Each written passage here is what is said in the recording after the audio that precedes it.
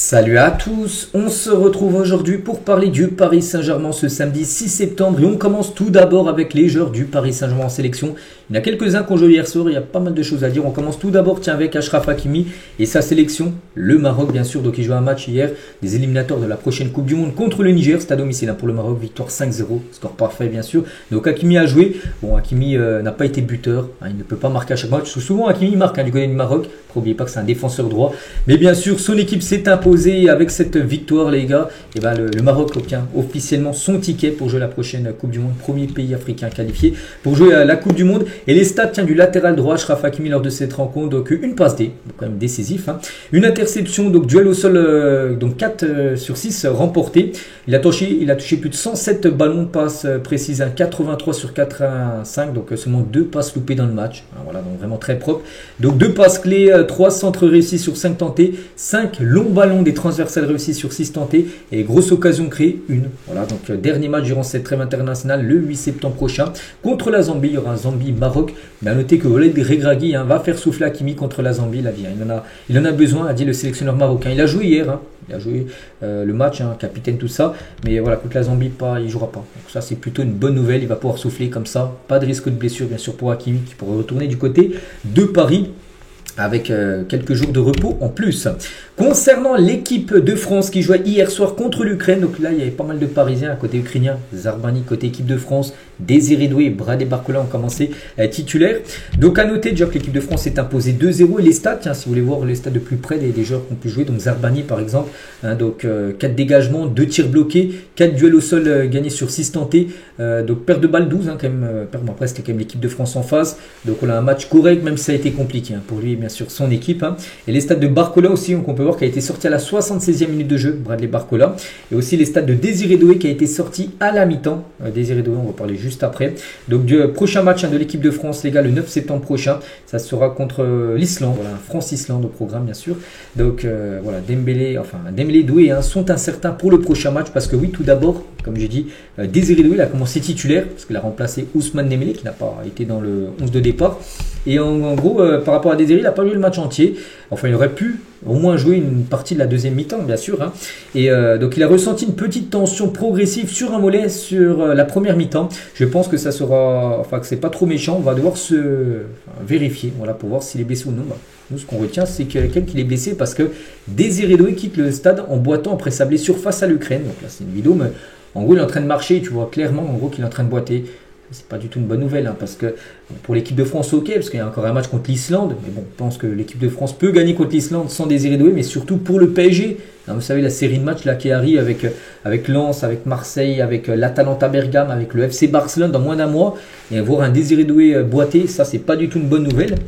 Et surtout, c'est pas que le seul, parce que Dembélé aussi qui est sorti sur blessure. Déjà, il est sorti sur blessure samedi dernier, souvenez-vous, contre Toulouse.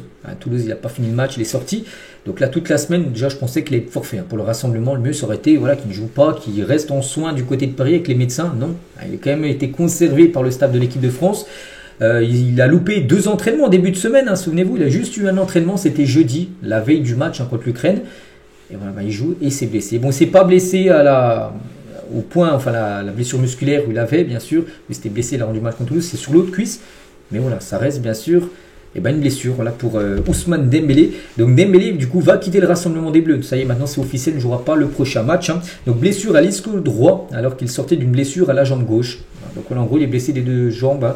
Il y en a une où il était plus blessé, vu qu'il a pu jouer hier, mais on peut voir que peut-être à force de trop forcer tout ça, les blessures arrivent. Et ça, c'est pas du tout une bonne nouvelle, bien sûr, pour l'équipe parisienne. Et du côté de Paris, ça passe pas du tout. C'est complètement fou de l'avoir fait jouer Glissou dans les couloirs du PSG. Le club est en colère ce soir et pointe une gestion irrespectueuse du staff de l'équipe de France par rapport à Ousmane Dembélé, sorti et blessé. Le joueur sort à peine d'une blessure à la jambe gauche et le voilà maintenant blessé à la jambe droite. Et surtout, du côté du PSG, ils voulaient tout simplement que Dembélé, déjà, soit forfait, parce qu'eux ils n'ont pas leur mot à dire, ils n'ont pas le choix. Les joueurs qui appelaient vu que c'est des dates du UEFA, ils étaient obligés, bien sûr, Dembélé de laisser au service de l'équipe de France. Après, c'est les médecins de l'équipe de France qui jugent s'il pouvait jouer ou pas. Ils ont pris le risque de le faire jouer et il s'est blessé. Peut-être qu'il aurait fallu, bien sûr, pas le faire jouer. Bon, c'est facile à dire après, mais il y avait quand même des signes qui montrent en gros qu'Ousmane Dembélé, déjà la semaine dernière, s'est blessé, oui, à l'autre jambe, mais qu'il était peut-être le plus judicieux, était peut-être le laisser souffler pendant cette trêve internationale. Et ben non, hein, tu as voulu prendre le risque de le faire jouer, en plus en fin de match tout ça, et ben il s'est blessé. Hein. Donc le PSG furieux et avait prévenu avant le rassemblement qu'il ne fallait pas faire jouer Dembélé pendant ces 2 matchs. Et ben Deschamps l'a fait jouer, et voilà. Et du coup c'est une blessure, alors qu'il avait 2 autres noms hein, sur le banc, les gars, il pouvait faire rentrer d'autres joueurs, plutôt Kousman, et il l'a fait jouer. Hein. Donc avant ce soir déjà, hier soir, la relation entre Deschamps et Luis Enrique n'était pas au mieux. Hein. Du coup, la gestion du cas Dembélé ne va pas ranger les choses entre Deschamps et bien sûr Luis Enrique, le coach du Paris Saint-Germain. Et comme indiqué par Deschamps, donc Dembélé va bien quitter le rassemblement. Une IRM est déjà programmée pour savoir ce qu'il a. Donc là, si c'est une blessure au disque jambier, on a pu voir hein, quand il s'est blessé, il a touché directement la cuisse. Donc ça, c'est une blessure courante. C'est une pointe, c'est les ischio-jambiers. Musculaire, les gars, tu reviens pas là dans 1-2 semaines. Voilà, le match par exemple de Ligue des Champions contre l'Atalanta prévu dans 11 jours, hein, c'est le 17, on est le 6. Quasiment sûr qu'il est forfait. Le match quelques jours après contre Marseille, le 21, la veille du Ballon d'Or, on pourrait peut-être le remporter. Là aussi, il sera peut-être incertain. Voilà, donc il devrait louper aussi le match contre Lens, bien sûr, la semaine prochaine, là, le 14, voilà, il devrait louper 3 matchs minimum, hein, vraiment Ousmane Dembélé. Et vraiment, c'est plus grave, hein, ça peut peut-être aller jusqu'au 1er octobre, match contre le Barça qui pourrait également louper.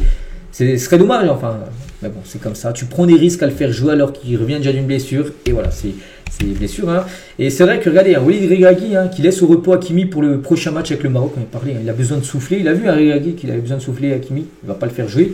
De La Fuente, le sélectionneur de l'Espagne, les gars, il a laissé Fabien Ruiz. Fabien Ruiz, les gars, il était forfait. Hein. Il a pu voir qu'il n'était pas 100% Fabien Ruiz, du coup, il a dit reste à Paris, voilà, ça ne sert à rien de venir. Fabien Ruiz il ne joue pas les 2 matchs de l'Espagne, mais Deschamps, il n'a rien à faire. Lui, il a voulu faire jouer Dembélé alors qu'il fallait le laisser au repos, les gars. Hein, il s'est blessé semaine dernière, il ne fallait pas prendre de risques. Et voilà, Deschamps un peu à côté de la plaque. Bref, c'est le PSG, bien sûr, qu'on paye les frais, qui vont jouer sans le meilleur joueur du monde, hein, Ousmane Dembélé. La trêve internationale, ça continue. On a beaucoup parlé bien sûr de l'équipe de France, il y a d'autres joueurs bien sûr. À noter que tiens le Portugal, hein, de Vitinha, de João Neves, de Ramos et de Nuno Mendes, il joue ce soir en Arménie. Voilà le Portugal. Et João Neves arrière droit. Non merci indiquent les médias portugais. Pourtant le sélectionneur portugais va bien le mettre latéral droit lors du prochain match. Hein. Verra-t-on João Neves au poste d'arrière droit? Nous utilisons Nuno Mendes à différents postes. Hein. Donc Nuno Mendes est défenseur gauche, il peut même jouer dans l'axe. Hein. Nuno Mendes avec le Portugal a déjà joué en défense centrale. Ainsi que João Neves qui peut jouer latéral sans ballon, donc il peut jouer latéral droit. Ce sera également un aspect important pour le match de demain. Donc en gros, Nuno Mendes sera certainement à gauche et João Neves, qui est normalement milieu de terrain, les gars, il est tellement bon milieu de terrain, il va prendre le risque. Enfin, c'est pas un risque, hein, parce qu'il peut jouer aussi, il peut dépanner à droite, mais il va jouer de latéral droit. Mais pour moi, c'est du gâchis de faire jouer João Neves, défenseur droit. Au Portugal, oui, il y a beaucoup de milieux de terrain. Je pense que tu mets Vitinha sûr, tu mets João Neves sûr et tu mets Bruno Fernandes à la rigueur. Mais voilà, mettre João Neves défenseur droit. Je trouve que c'est du gâchis, c'est comme ça. Marquinhos tient en zone mixte après la victoire du Brésil à 3-0, il a dit, donc déjà, tu te sens plus léger après la victoire en Ligue des Champions, il a dit oui, hein, c'est toujours le cas, mais voilà, j'ai faim de victoire, toujours, hein, on est ambitieux, même si on a gagné, moi j'ai un coach hein, qui est très exigeant au PSG, il ne veut pas qu'on s'arrête ici, on se laisse, hein. J'ai encore des choses à aller chercher, des objectifs, des beaux objectifs à aller chercher, et je pense que c'est ce qui me donne la faim, qui me donne envie de continuer toujours à mon maximum, hein. Et la 100e sélection, c'était son 100e match avec le Brésil, voilà, le 8e joueur le plus capé de l'histoire de la Seleção. Il a dit c'est un moment très spécial pour moi et avec l'expérience je sais que dans le foot hein, ça va très vite les choses, hein. J'ai vécu des moments difficiles qui sont passés aujourd'hui, j'ai vu un moment très agréable et un moment bien sûr incroyable pour moi hein, parce que les derniers mois ont été très bons bien sûr pour Marquinhos. Donc au club hein, ici en sélection aussi avec des victoires qui s'enchaînent, avec de bonnes performances et moi avec de l'expérience j'essaie de profiter un maximum chaque moment de mon travail, de mon plaisir, de ma passion qui est de jouer au football. Voilà ce qu'il a pu dire à la fin du match et gagner hein, du Brésil. C'était avant-hier 3-0. Des nouvelles aussi de Luis Enrique. Tiens, on va parler de Luis Enrique. On apprend aujourd'hui les gars qu'il s'est fait opérer.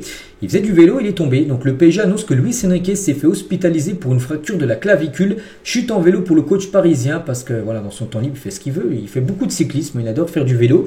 Et souvent en plus, des fois il vient à l'entraînement en vélo hein, et s'est blessé. Voilà, donc on lui souhaite un très bon rétablissement.